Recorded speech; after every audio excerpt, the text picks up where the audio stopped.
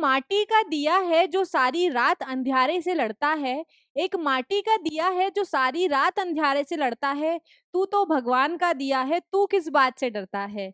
हथेली पर रखकर नसीब अपना तू क्यों अपना मुकद्दर ढूंढता है, सीख उस समंदर से जो टकराने के लिए पत्थर ढूंढता है।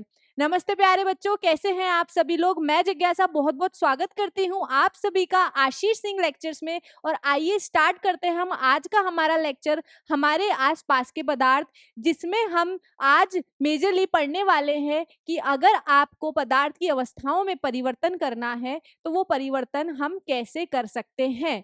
मतलब अगर आपको पदार्थ की ठोस अवस्था को द्रव अवस्था में और द्रव अवस्था को गैसीय अवस्था में या फिर गैसीय अवस्था को किसी भी द्रव या ठोस अवस्था में परिवर्तन करना है तो वो हम कैसे कर सकते हैं। तो आइए लेट्स गेट स्टार्टेड। पहले हम रिवीजन कर लेते हैं कि पहले हम क्या पढ़ चुके हैं इस चैप्टर के अंदर, और एक पॉइंट जो है रह गया था हमारे प्रीवियस लेक्चर में, तो वो भी मैं आज आपको क्लियर कर दूंगी।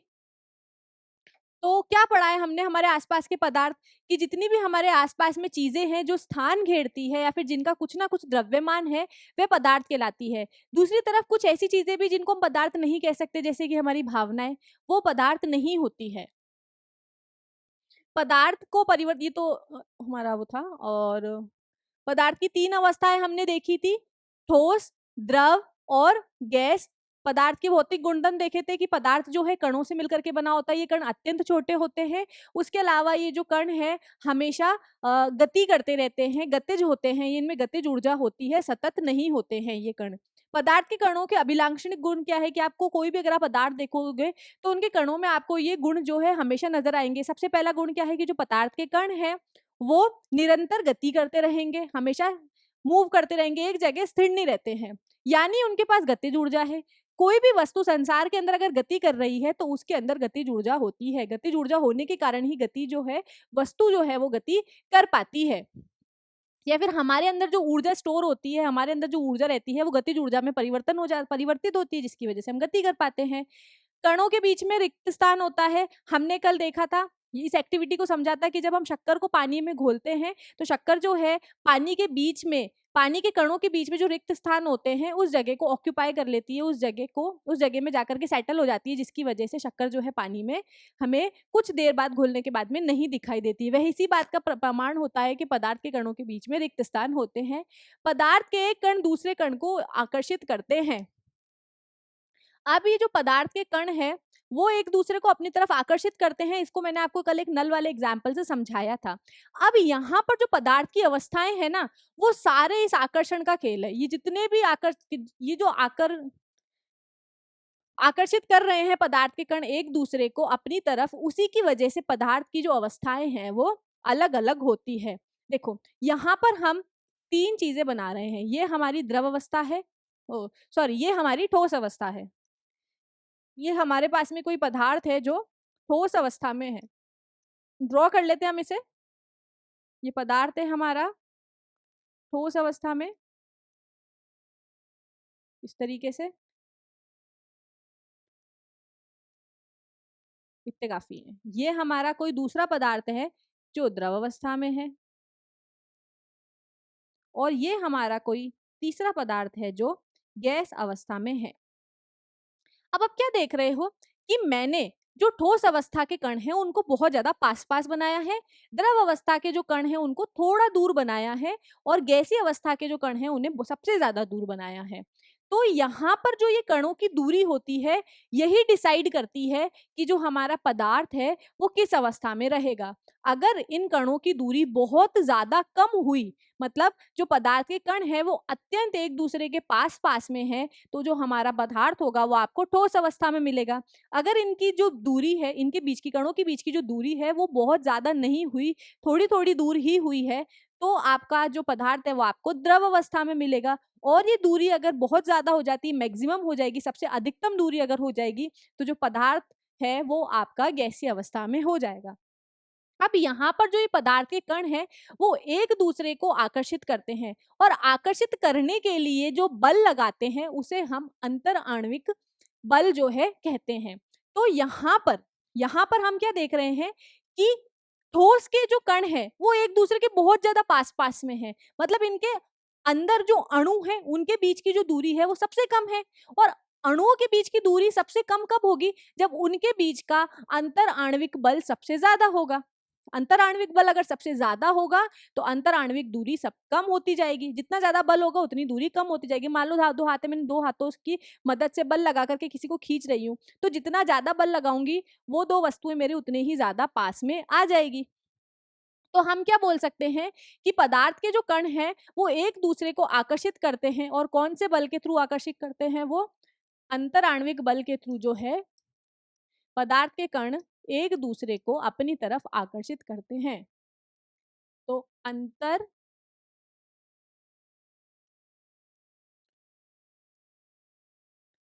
आणविक, थोड़ा सा इसको ठीक कर लेते हैं, अंतर आणविक बल। अब ये बल जितना ज्यादा होगा, कणों के बीच में या फिर अणुओं के बीच में जो दूरी है वो उतनी ही कम होगी। तो हम क्या देख रहे हैं कि जो ठोस अवस्था है, यहाँ पर जो ये ठोस अवस्था है, इस ठोस अवस्था में जो अंतर आणविक अंतर आणविक दूरी है कणों के बीच, अंतर आणविक दूरी जो है कणों के बीच, ये न्यूनतम है। ये न्यूनतम है। अगर आप तीनों को कंपेयर करोगे तो सबसे कम दूरी आपको किसमें दिखेगी? सबसे दूरी जो कम है आपको कणों के बीच में, वो ठोस अवस्था में दिखाई देगी। ठीक है। और अंतर आणविक दूरी जो है वो सबसे ज्यादा किसके बीच में है? अंतर आणविक दूरी जो है वो अधिकतम होती है, वो अधिकतम होगी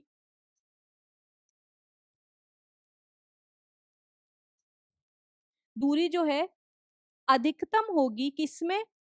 गैसीय अवस्था में।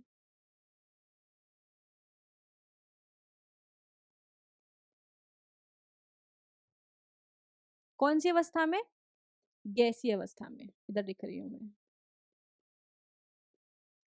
लेकिन बोले मैम द्रव का क्या, द्रव को तो छोड़ दिया। तो द्रव के अंदर जो अंतर आणविक दूरी होती है वो ठोस की अपेक्षा में तो ज्यादा होगी और गैस की अपेक्षा में कम होगी। तो हम क्या लिख सकते हैं? द्रवों में, यहां पर लिख रही हूं मैं, द्रव अवस्था है ना, तो द्रव अवस्था में या फिर द्रवों में अंतर आणविक दूरी जो है ठोस की अपेक्षा में ज्यादा होगी, ठोस से ज्यादा होगी और गैस से कम होगी।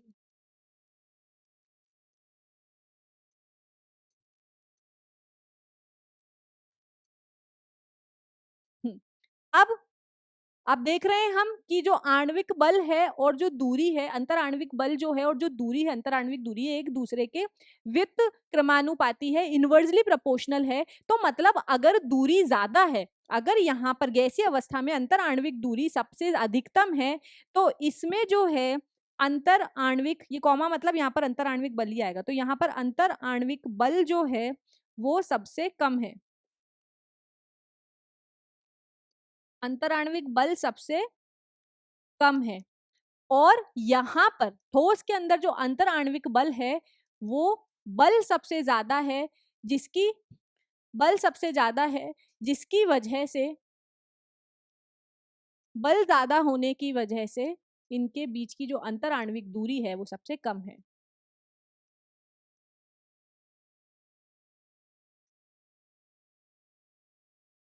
और अंतर आणविक बल द्रवों में वो ठोस की अपेक्षा में तो ज्यादा होता है, ठोस की अपेक्षा, सॉरी, जो अंतर आणविक बल है द्रव के कणों के बीच में वो ठोस की अपेक्षा में कम है। तो यहाँ पर जो द्रव है उसके लिए हम क्या बोल सकते हैं कि द्रवों में अंतर आणविक बल जो है वो ठोस की अपेक्षा में कम होता है, ठोस से कम होता है, बल कम है तभी तो दूरी ज्यादा है, ठोस से कम है और गैस से ज्यादा है। गैस के अंदर जो बल है वो सबसे कम होता है, जिसकी वजह से उनकी दूरी सबसे ज्यादा हो जाती है। ये एक पॉइंट है जो हम नोट कर लेंगे, ये पॉइंट हमने कल नोट नहीं किया था। अब ये जो कणों के बीच की दूरी है ना, अगर आप इन कणों के बीच की दूरी को बढ़ा या घटा सकते हो तो आप द्रवों की अवस्थाओं में परिवर्तन भी कर सकते हो। तो अब सवाल आता है कि मैम कैसे हम इस द्रवों की जो अवस्था है, इनके बीच में जो कण है, इनको आप बढ़ा घटा कैसे सकते हो? तो दो तरीके से हम द्रव के जो सॉरी हमारे पदार्थ के जो कण है उनके बीच की जो कण है उनको हम दो तरीकों से बढ़ा या घटा सकते हैं। एक तो तापमान में परिवर्तन ला करके और एक दबाव में परिवर्तन ला करके। तापमान में परिवर्तन ला करके हम कैसे कर सकते हैं? तापमान में परिवर्तन ला करके, ये सब हम कल पढ़ चुके हैं। तापमान में परिवर्तन ला करके हम क्या कर सकते हैं? पदार्थ की जो अवस्थाएं हैं उसमें परिवर्तन कर सकते हैं। देखो, आपके पास में घर पर, आपने घर पर कभी ना कभी एक्सपेरिमेंट किया होगा, बर्फ तो सबने ही जमाई होगी, बर्फ जो है वो सबने जमाई होगी। बर्फ अगर आप सबने जमाई है तो आपने क्या करा है? आपने तापमान बदल दिया है, आपने पानी को जमा करके बर्फ बना लिया। मतलब आपने जब पानी का तापमान कम किया तो वो बर्फ बन गई। पानी कौन सी अवस्था थी? द्रव अवस्था थी। और बर्फ कौन सी अवस्था है? ठोस अवस्था है। तो अगर आप द्रवों का तापमान कम करते हो तो वो किस में बदल जाते हैं? ठोस अवस्था में बदल जाते हैं। और पानी भी गर्म हमने कभी ना कभी तो किया होगा। तो जब हम पानी गर्म करते हैं तो हम देखते हैं पानी का जो तरल रूप है वो किस में परिवर्तित हो जाता है? वो वाष्प में परिवर्तित हो जाता है। मतलब तापमान बढ़ाने से द्रव अवस्था जो है वो गैसीय अवस्था में परिवर्तित हो जाती है। मतलब अगर आपको आपको ठोस अवस्था दे दी जाए, ठोस अवस्था को अगर आपको द्रव अवस्था में करना है तो आप क्या करोगे? तापमान तापमान बढ़ा दोगे। और इस द्रव का अगर आप और ज्यादा तापमान बढ़ाते हो तो ये वाष्प में परिवर्तित हो जाएगा। तापमान में और ज्यादा वृद्धि करी है, अगर ठोस का तापमान बढ़ाया तो वो द्रव में परिवर्तित हो गया, और द्रव का और तापमान बढ़ाया तो वो वाष्प में परिवर्तित हो गया है। लेकिन अगर इस वाष्प का मैं तापमान घटा दूं, अगर तापमान बढ़ाने पर ठोस द्रव में परिवर्तन हो रहा है और द्रव गैस में परिवर्तन हो रहा है, तो क्या तापमान घटाने से वाष्प जो है द्रव में परिवर्तित हो जाएगा? बिल्कुल हो जाएगा। और लेकिन यहाँ पर वाष्प को द्रव में परिवर्तित करने के लिए सिर्फ तापमान ही कम नहीं करना पड़ेगा, हमें दबाव भी बढ़ाना पड़ेगा। वो हम बाद में देखेंगे कि कैसे होता है। लेकिन अभी हम यहाँ क्या समझ सकते हैं कि अगर मैं यहाँ पर तापमान को घटाती हूँ, अगर मैं यहाँ तापमान को घटाती हूँ तो वाष्प अवस्था जो है वो द्रव अवस्था में परिवर्तित हो जाती है। और फर्दर अगर मैं और तापमान को कम करती हूँ तो जो द्रव अवस्था है वो ठोस अवस्था में परिवर्तित हो जाती है। तो अब एक्चुअली होता क्या है? तापमान बढ़ाने या घटाने से हो क्या रहा है हम वो देखेंगे। देखो, हमारे पास में मान लो कि बर्नर है, चूल्हा एक तरीके से आप बोल सकते हो। नेक्स्ट स्लाइड पे देखते हैं। तो यहाँ पर पहले हम 3 ट्राइपॉड बना लेते हैं।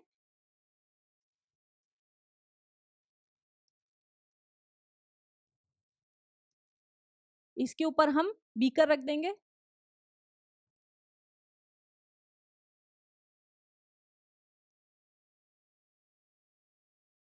ये बीकर बन गया है। अब इस बीकर में हम रख देते हैं, पहले बीकर में हम रखेंगे बर्फ के टुकड़े,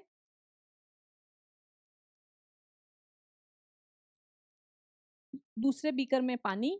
हम रख नहीं रहे हैं, ये परिवर्तित होंगे।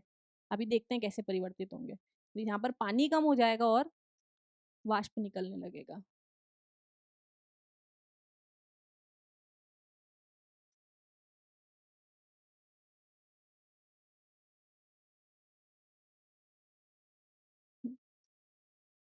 यहाँ पर नीचे हमने आग लगा रखी है। ठीक, अब देखते हैं कि होता क्या है। स्टार्ट करते हैं। देखो, बर्फ जो है ठोस अवस्था है। ठोस अवस्था में हम देख चुके हैं कि ठोस अवस्था में जो अणु होते हैं वो एक दूसरे के सबसे ज्यादा पास होते हैं। नजदीक होते हैं बहुत ज्यादा। अब मैंने क्या करा, इस ठोस अवस्था, जो बर्फ जो ठोस अवस्था में थी, इसको मैंने बीकर के अंदर रख करके ट्राइपॉड पे रख दिया है, इस बर्तन में रख करके मैंने उसको चूल्हे पे रख दिया है। तो और नीचे से आग लगा दी। तो मैं क्या कर रही हूँ, बर्फ को ऊर्जा प्रदान कर रही हूँ। कौन सी ऊर्जा प्रदान कर रही हूँ? ताप के रूप में मैं ऊर्जा प्रदान कर रही हूँ बर्फ को। अब जब मैंने बर्फ को ताप के रूप में ऊर्जा प्रदान की, तो बर्फ क्या करेगी, इस ऊर्जा को सोख लेगी और इस ताप ऊर्जा को गतिज ऊर्जा में परिवर्तित कर देगी। एक्चुअली होगा क्या, मैं बताती हूँ आपको, एक सेकेंड। गतिज ऊर्जा में परिवर्तित हो जाएगा। देखो, जब मैंने बर्फ को गर्म किया, तो गर्म करने से क्या हुआ, गर्म करने से बर्फ के जो ये कण थे, इन कणों के अंदर ऊर्जा आई। अब ऊर्जा आने के कारण कण जो है वो अपनी जगह पर वाइब्रेट होने लगे। वाइब्रेट होने के कारण क्या हुआ, अपनी ही जगह पर वो कंपन करने लगे। वाइब्रेट मतलब कंपन करने लगे। ऊर्जा आ गई ना, तो ऊर्जा आने की वजह से वो कंपन करने लगे। अब जब और ऊर्जा मिलती है उनको, तो वो और ज्यादा तेज तरीके से कंपन करते हैं और कंपन करते करते एक दूसरे से दूर चले जाते हैं। आप कह सकते हैं कि जब मैंने ठोस को, तो बर्फ को ऊर्जा प्रदान की है, तो ऊर्जा प्रदान करने से उसके अंदर के जो कण थे वो गति करने लगे, और गति करने की वजह से उनमें गतिज ऊर्जा आ गई है। तो गतिज ऊर्जा आने की वजह से या फिर गति करने की वजह से इस बर्फ के जो कण हैं वो एक दूसरे से दूर दूर होने लगे, और हमारी जो बर्फ है वो पिघल करके पानी बनने लगी। अंतर आणविक दूरी अगर बढ़ती जा रही है, तो पहले सबसे पास में थे तो ठोस अवस्था में थे, अभी आणविक दूरी कम हो जाएगी, तो फिर क्या बन जाएगा, ये पानी बन जाएगा। फिर इस पानी को मैं और ज्यादा गर्म करती हूँ, और ज्यादा ताप ऊर्जा देती हूँ, तो ये पानी के जो कण हैं अब वो गति करने लगेंगे, और गति करते करते एक दूसरे से दूर चले जाएंगे, और दूर होने के कारण किस में कन्वर्ट हो जाएंगे, वाष्प में परिवर्तित हो जाएंगे। यहाँ पर ये पानी के कण एक दूसरे से इतनी दूर थे, और ज्यादा जब मैंने इनको गतिज ऊर्जा प्रोवाइड करी, तो ये इतने दूर एक दूसरे से हो गए हैं। तो सिंपल था कॉन्सेप्ट, बिल्कुल हमने देख लिया यहाँ पर कि हम जब भी ताप में परिवर्तन कर रहे हैं, तो ताप में परिवर्तन करके हम क्या कर रहे हैं, पदार्थ के जो कण हैं या तो उनके बीच की दूरी कम कर रहे हैं या ज्यादा कर रहे हैं।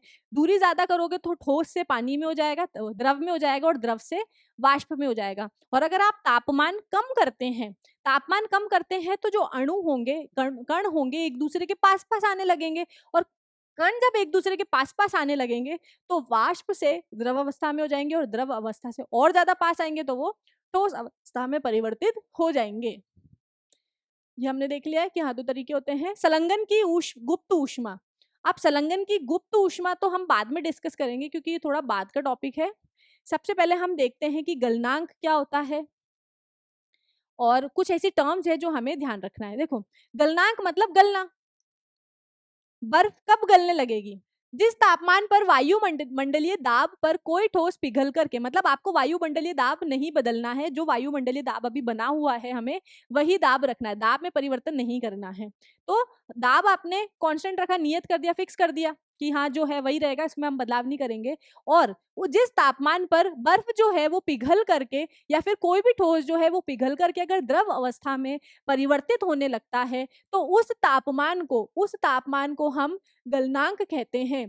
किसी भी ठोस का वह तापमान जिसमें वो अपनी ठोस अवस्था छोड़ करके द्रव अवस्था में परिवर्तित होने लग जाता है, वह तापमान उस वस्तु का गलनांक कहलाता है, जिसे हम इंग्लिश में मेल्टिंग पॉइंट भी बोलते हैं। बहुत सिंपल है। अब जो है, बर्फ कितने तापमान पर पिघलना शुरू करती है, तो बर्फ जो है हमारी 273.16 केल्विन, यहाँ पर जो तापमान है वो किस में लिया गया है, केल्विन में लिया गया है। 273.16 केल्विन में कितने डिग्री सेल्सियस होते हैं, 0 डिग्री सेल्सियस होते हैं। तो मतलब मैं क्या बोल रही हूँ कि जो बर्फ है वो कितने तापमान पर पिघलना शुरू करती है, वो 0 डिग्री मतलब 273 केल्विन पर पिघलना शुरू करती है। तो 0 डिग्री या 273 जो है वो बर्फ का गलनांक हो गया है। क्वथनांक क्या होता है? अब वापस वायुमंडलीय दाब रखना, जो भी हमारा एटमॉस्फेरिक प्रेशर उसको हम कांस्टेंट रखेंगे और उस तापमान पर जब द्रव उबलने लगता है मतलब द्रव उबलेगा, उबल करके किस में परिवर्तित हो जाएगा? वाष्प में परिवर्तित हो जाएगा। तो वह तापमान जिसमें वायुमंडलीय दाब पर वह तापमान जिसमें द्रव उबलने लगता है और उबल करके वाष्प में परिवर्तित होने लगता है उसे हम क्वथनांक कह देंगे, जिसे हम इंग्लिश में बॉइलिंग पॉइंट कहते हैं। क्वथनांक को इंग्लिश में हम बॉइलिंग पॉइंट कहते हैं। और पानी कितने डिग्री सेल्सियस पर उबलता है? पानी कितने डिग्री सेल्सियस पर उबलता है? पानी जो है वो 100 डिग्री सेल्सियस पर उबलता है। पानी 100 डिग्री सेल्सियस पर उबलता है। अब इसको केल्विन में परिवर्तन करें हम, देखो हमें क्या पता है 0 डिग्री में कितने केल्विन होते हैं? 273 केल्विन होते हैं। 0 डिग्री में कितने केल्विन है? 273 केल्विन है। 0 डिग्री में 273 केल्विन है। तो 100 डिग्री सेल्सियस में कितने केल्विन हो जाएंगे? तो दोनों को जोड़ देते हैं। 0 में 100 प्लस करूंगी तो 100 ही रहेगा, बराबर कितने केल्विन है? 0 के अंदर कितने केल्विन है? 273 केल्विन है। एक्स्ट्रा कितने हमको चाहिए? 100 को परिवर्तन करना है ना, तो 100 जोड़ दो इसमें। तो 100 डिग्री सेल्सियस में कितने केल्विन हो जाएंगे? 373 केल्विन हो जाएंगे। तो 100 डिग्री सेल्सियस में कितने केल्विन हो गए? 373 केल्विन हो गए हैं। आपको जितने डिग्री सेल्सियस को केल्विन में बदलना है ना, आप क्या करोगे? जैसे आपको 1 डिग्री को बदलना है तो 273 में आप 1 जोड़ दो, 273 में 1 जोड़ दो तो केल्विन में उत्तर आ जाएगा। जैसे 1 डिग्री सेल्सियस में कितने केल्विन होंगे? तो 273 plus 1 is equal to 274 kelvin होगा। 5 डिग्री सेल्सियस में कितने केल्विन होंगे? तो 273 plus 5 is equal to 278 kelvin होंगे। सिंपल। तो यहाँ पर आपका एक क्वेश्चन भी बनता है इसके ऊपर, 1 या 2 नंबर का पूछ लेते हैं, तो आपको उसको ऐसे सॉल्व करना है। जल का क्वथनांक 373 केल्विन है, जिससे 100 degree Celsius plus 273 kelvin is equal to 373 kelvin करके हमने कैलकुलेट करा है, प्रीवियस स्लाइड में कर चुके हैं हम ये। जब पानी को उबाला जाता है तो उसके तापमान में वृद्धि नहीं होती है, तापमान 100 डिग्री पर ही रहता है, क्योंकि वाष्पीकरण की जो गुप्त ऊष्मा है वो पानी के कणों के बीच के आकर्षण बल को तोड़ती है। तो भाई गुप्त ऊष्मा वाला टॉपिक अभी मैंने आपको पीछे छुड़वाया था ना, प्रीवियस स्लाइड पे चलते। देखो संलग्न की गुप्त ऊष्मा, संलग्न क्या होता है? वायुमंडलीय दाब पर 1 किलोग्राम ठोस को उसके गलनांक द्रव पर बदलने के लिए जितनी ऊष्मीय ऊर्जा की आवश्यकता होती है उसे संलग्न की गुप्त ऊष्मा कहते हैं। तो यहाँ पर जब वो बर्फ पिघल रही है तो पिघलने को यहाँ पर उसने संलग्न बोलना है। लेटेंट हीट ऑफ फ्यूजन को इंग्लिश में हम इसको बोलते हैं लेटेंट हीट ऑफ फ्यूजन।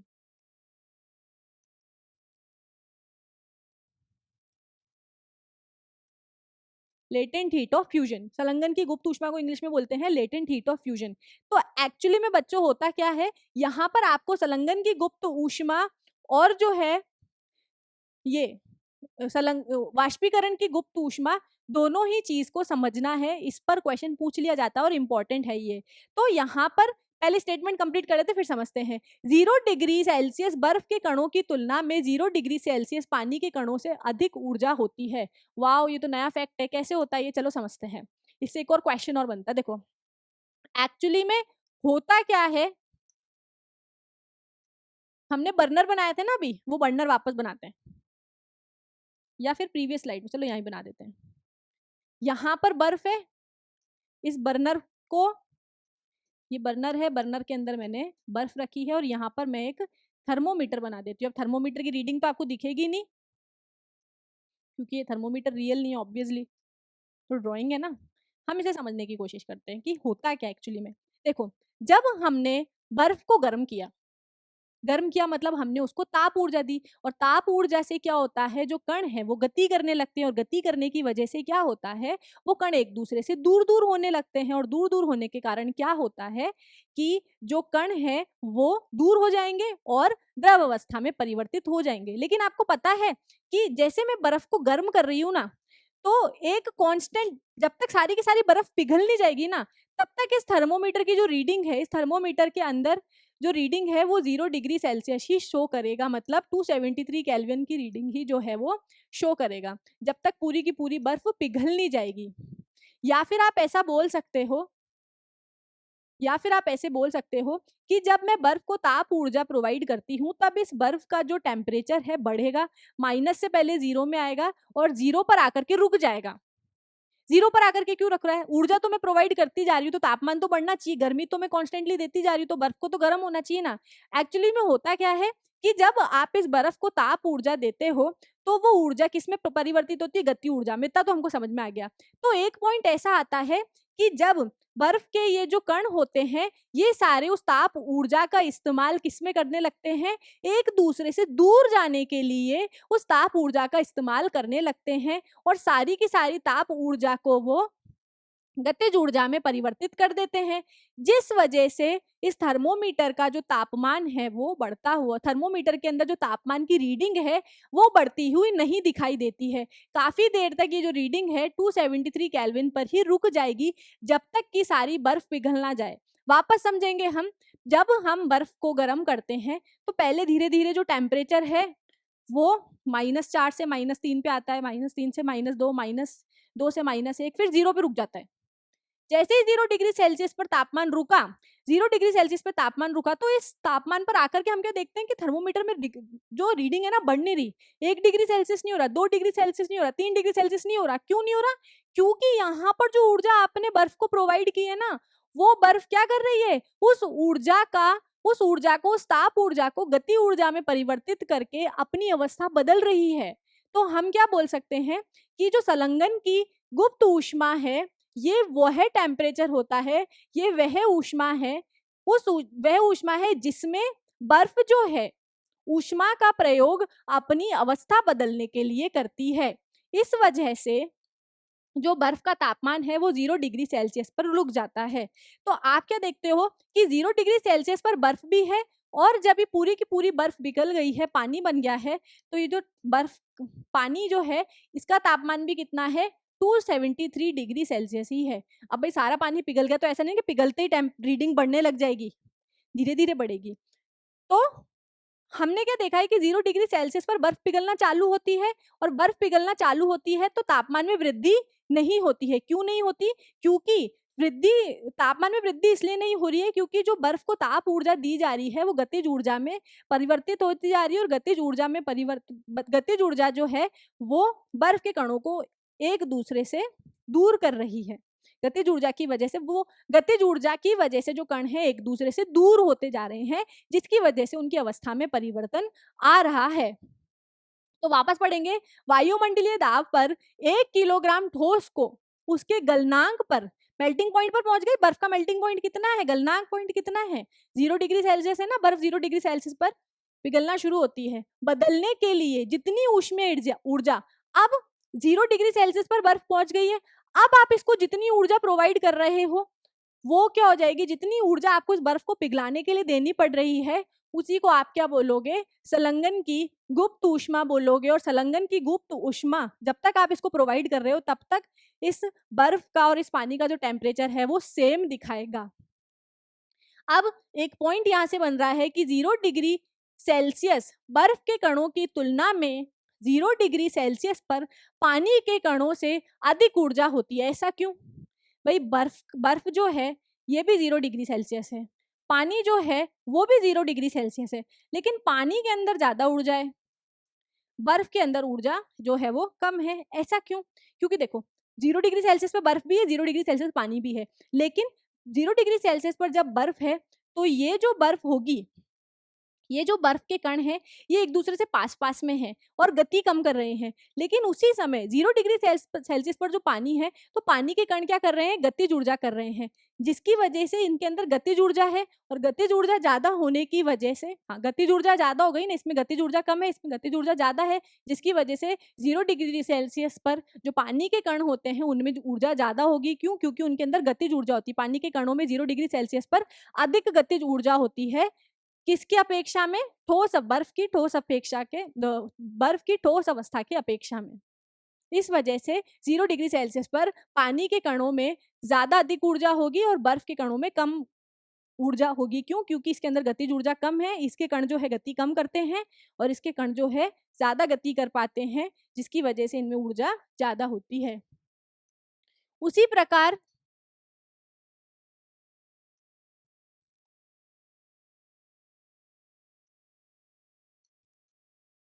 उसी प्रकार जो पानी है, जब पानी को वाष्प में परिवर्तित किया जाता है, पानी को जब आप वाष्प में परिवर्तित कर रहे हो तो उसके तापमान में वृद्धि नहीं होती। मतलब पानी को मैंने गर्म करना शुरू करा तो उसका जो टेम्परेचर है वो 0 डिग्री सेल्सियस या फिर 373 डिग्री सेल्सियस पर पहुंच करके रुक जाएगा और 0 डिग्री सेल्सियस के बाद में पानी का जो तापमान है वो नहीं बढ़ेगा। क्यों नहीं बढ़ेगा? क्योंकि अब 0 डिग्री सेल्सियस पर जब एक बार तापमान पहुंच गया है तो अब उसके बाद में मैं उसको जितनी भी ऊर्जा प्रोवाइड करूंगी, पानी उस ऊर्जा को अपनी अवस्था में परिवर्तन लाने के लिए इस्तेमाल करेगा और जितनी भी ऊर्जा अब मैं पानी को दे रही हूँ उसकी अवस्था में परिवर्तन करने के लिए वही उसकी वाष्पीकरण की गुप्त ऊष्मा कहलाएगी। क्यों गुप्त ऊष्मा बोल रहे हैं हम इसको? क्योंकि इस दौरान तापमान में कोई भी वृद्धि दिखाई नहीं दे रही है, तापमान हमें सेम दिखाई दे रहा है।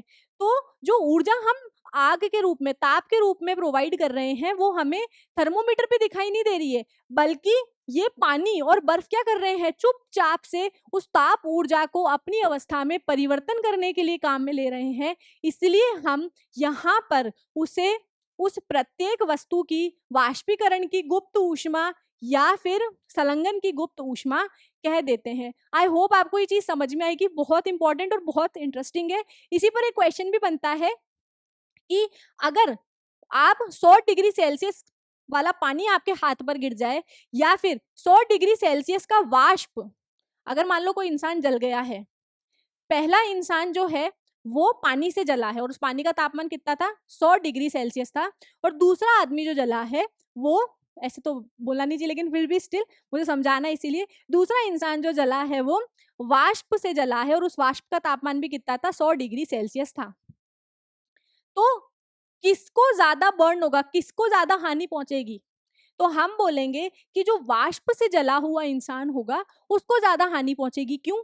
क्योंकि क्या है, वाष्प के जो कण है ना, इसमें गतिज ऊर्जा ज्यादा है, इसमें गतिज ऊर्जा ज्यादा है, और जब इनके अंदर गतिज ऊर्जा ज्यादा होगी और किसी इंसान के हाथ पर ये पड़ेंगे तो ज्यादा गतिज ऊर्जा होने की वजह से उसकी स्किन को फाड़ते हुए अंदर तक जाएंगे, जिसकी वजह से वो ज्यादा उसकी स्किन जो है ज्यादा डैमेज हो जाएगी, ज्यादा उसको नुकसान पहुंचेगा। आई होप आपको आज के ये जो पॉइंट्स है इजीली समझ में आए होंगे।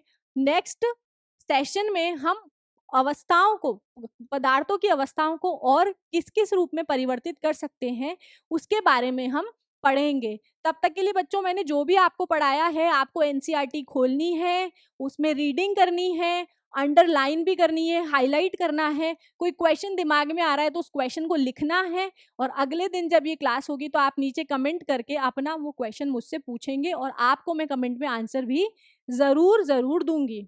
तब तक के लिए बच्चों पढ़ते रहो, keep practising. Till then bye bye, मिलते हैं अगले लेक्चर में।